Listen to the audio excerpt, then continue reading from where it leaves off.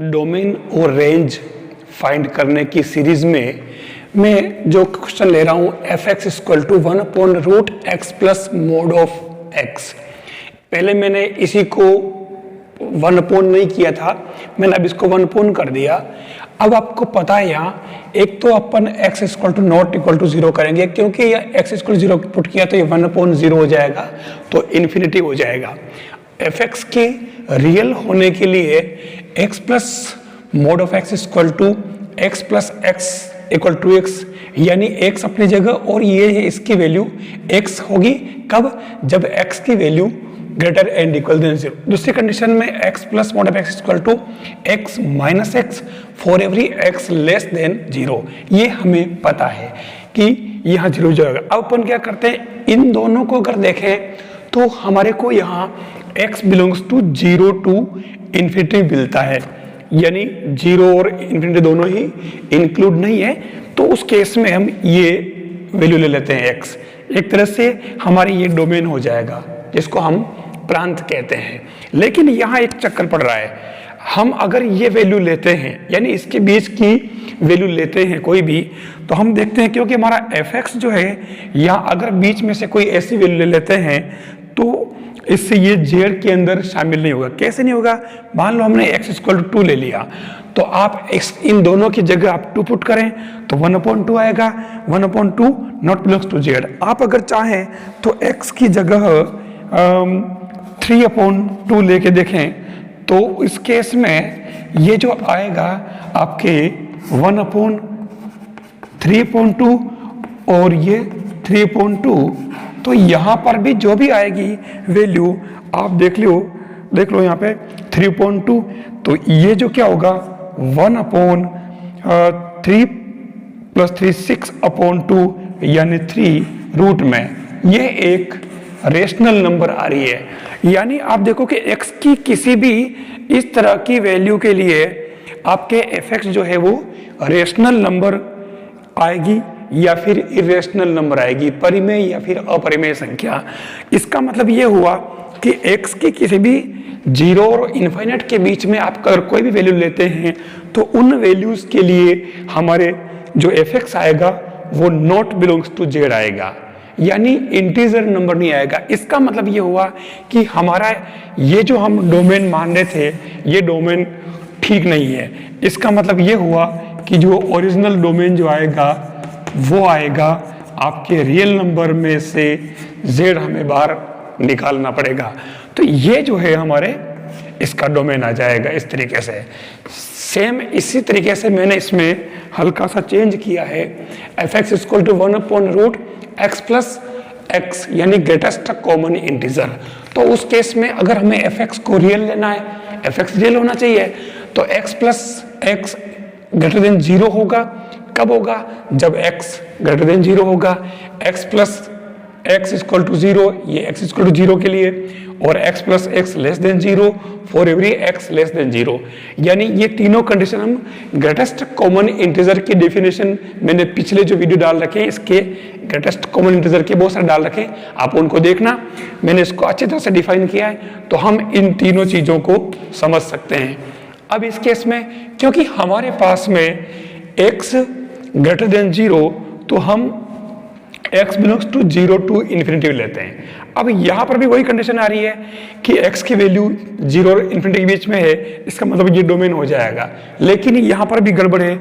अगर आप x equal to 2 लेते हैं यहाँ पे, तो आप देख लो f(2) इक्वल टू 1/2 प्लस 2, तो ये आ जाएगा 1/4, यानी कि 2 नॉट बिलोंग्स टू z।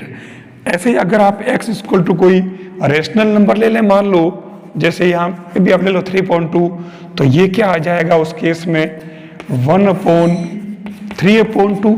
और यहाँ जो 3/2 देखो, 3/2 ग्रेटेस्ट कॉमन इंटीजर, इसकी वैल्यू 1 आएगी, क्योंकि ये होता है 1.5। 1.5 इट मीन्स इसके अंदर ग्रेटेस्ट कॉमन इंटीजर क्या है? 1 है। तो उस केस में ये 1 हो जाएगा, यानी इससे जो भी आएगा आप देखो कि ये इरेशनल नंबर आएगी। रूट में आ रहा है तो ये इरेशनल नंबर आएगी। और ये नॉट बिलोंग्स टू जेड हो जाएगा। तो इस केस में हम x की इस तरह की वैल्यू नहीं ले सकते हैं, तो यहां पर भी हमारे डोमेन जो होगा सो ये नहीं हो सकता। इसका डोमेन जो आएगा वो क्या आएगा, r माइनस जेड, ये इसका डोमेन हो जाएगा। फाइनल आंसर हमारा ये होगा इस फंक्शन के लिए। डोमेन और रेंज की सीरीज में अगला क्वेश्चन है f x equal to 2 minus mod of x upon 3 minus mod of x root. ऐसे क्वेश्चन में जो हमें रेंज फाइंड करनी होती है, तो पहली बात तो ये एफ एक्स जो है वो रियल होना चाहिए। अब रियल होगा तो इसके लिए 2 minus mod of x upon 3 minus mod of x जो है ये ग्रेटर एंड इक्वल देन 0 होना चाहिए। ये शर्त आप ध्यान रखें। अब मैंने क्या किया, दोनों तरफ माइनस कॉमन ले लिए, तो ये फंक्शन इस तरीके से बन जाएगा ग्रेटर एंड इक्वल देन 0। अब बस इस केस में हमारे पास दो केस बनते हैं। पहला केस तो ये कि mod of x minus 2 greater and equal than 0 and यहाँ आप और कर दें mod of x greater than 3। तो अगर ये कंडीशन बनती है तो हमारे यहाँ जो x बनेगा वो -2 to 2 बनेगा, क्योंकि ग्रेटर भी है और इक्वल भी है तो दोनों ही इंक्लूड होंगे। फिर ये -2 क्यों, क्योंकि मोड है तो दोनों को लिया जाएगा। और इधर इसमें क्या हो जाएगा, x बिलोंग्स टू 3 से ग्रेटर है तो 3 and infinitive and both are not include. एक कंडीशन बनेगी। नेक्स्ट दूसरी बनेगी, अगर यही लेस एंड इक्वल देन 0 हो और ये भी लेस हो तो उस केस में भी हमारे पास में ये जो बनेगा x belongs to -2 to both are include, और यहाँ हो जाएगा x बिलोंग्स टू, क्योंकि 3 से लेस है तो माइनस इन्फिनिटिव -3, और दोनों ही इंक्लूड नहीं होंगे, मोड में है इसलिए माइनस में आएगा। अब इन दोनों को देखें तो हमारे पास फाइनल जो रेंज आएगी इस फंक्शन की, range of f x equal to -infinitive to -3 union 3 to infinitive union -2 to 2।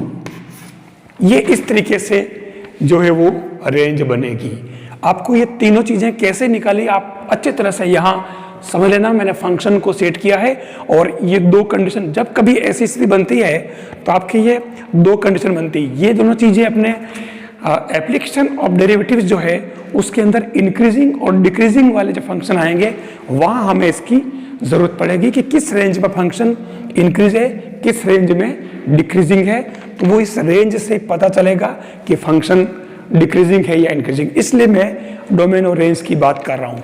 अच्छा, डोमेन की बात करें तो डोमेन में तो कोई दिक्कत ही नहीं है, आप आराम से हमारे पास दी है ही है। तो ये हमारे पास रेंज आ चुकी, इस तरीके से अपन रेंज फाइंड कर सकते हैं।